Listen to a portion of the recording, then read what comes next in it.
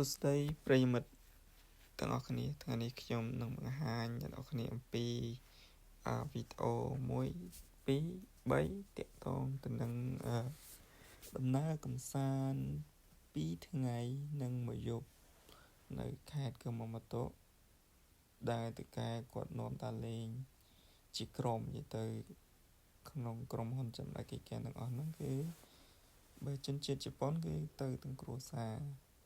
អ្នកមានប្រពន្ធយកប្រពន្ធទៅមានទាំងប្រពន្ធមានទាំងកូនយកទាំងអស់គ្នាទៅហើយជនបរទេសគឺអត់មានប្រពន្ធអត់មានកូនទេនៅទីនេះគឺយើងទៅម្នាក់ឯងដូច្នេះដំណើរកម្សាន្តហ្នឹងវាពិតជាសប្បាយរីករាយតែមែនតើទៅហើយយើងដើរលេងមានមើលសួនសត្វមានកន្លែងមួយទឹកមានកន្លែងលេងហ្គេមទៅដើរលេងហ្នឹងគឺថាមានសពមានបែបយ៉ាងទាំងអស់ជាពិសេសទៅទៀតនោះគឺថាអាហារប៊ូហ្វេរបស់គេហ្នឹងគឺឆ្ងាញ់ដល់កឲ្យដាក់ឡើងបាទតោះតាហូបលេងចូលទៅហ្មងហ្នឹងទៅពេលងាចយើងញ៉ាំប៊ូហ្វេហើយបន្ទាប់ពីញ៉ាំប៊ូហ្វេញ៉ាំ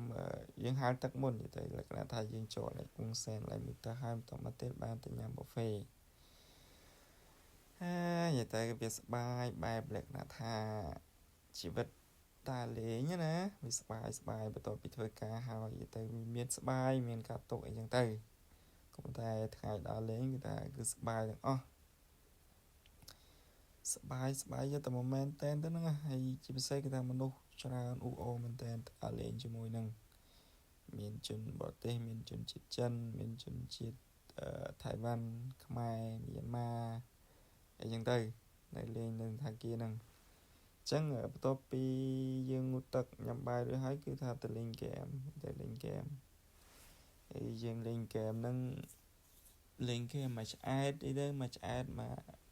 កលេងចង់លេងណាយើងធុញទ្រាន់ហ្នឹងលេងហ្គេមហ្នឹងរួចរាល់ហើយក៏យើងទៅកន្លែងគេងរៀងខ្លួនទៅខ្ញុំមិនថាយើងញ៉ាំបាយមកមួយទឹកបាយលេងហ្គេមហើយចូលគេងហ្នឹងគឺថាពេលល្ងាចណាពេលល្ងាចអញ្ចឹងការដំណើរកម្សាន្តជាក្រុមហ្នឹងគឺវាទៅធ្វើឲ្យយើងទទួលបានបទពិសោធន៍ថ្មីយើងបានឃើញពី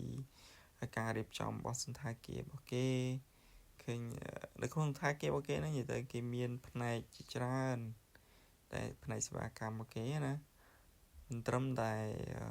មានកន្លែងលេងហ្គេមសម្រាប់កូនក្មេងសម្រាប់មនុស្សធំកន្លែងមួយទឹកជុំគ្នា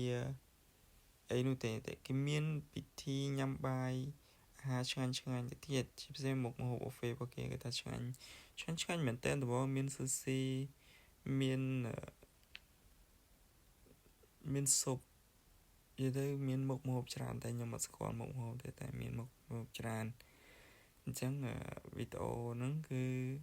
ថាខ្ញុំបង្ហាញតែប៉ុណ្្នឹងឯងដោយសារតែមិនសូវចេះនិយាយស្ដីច្រើនទេហើយក៏បានរៀបរាប់ច្រើនដែរដោយសារតែមិនប្រសពក្នុងការនិយាយអញ្ចឹងអរគុណច្រើនបាយ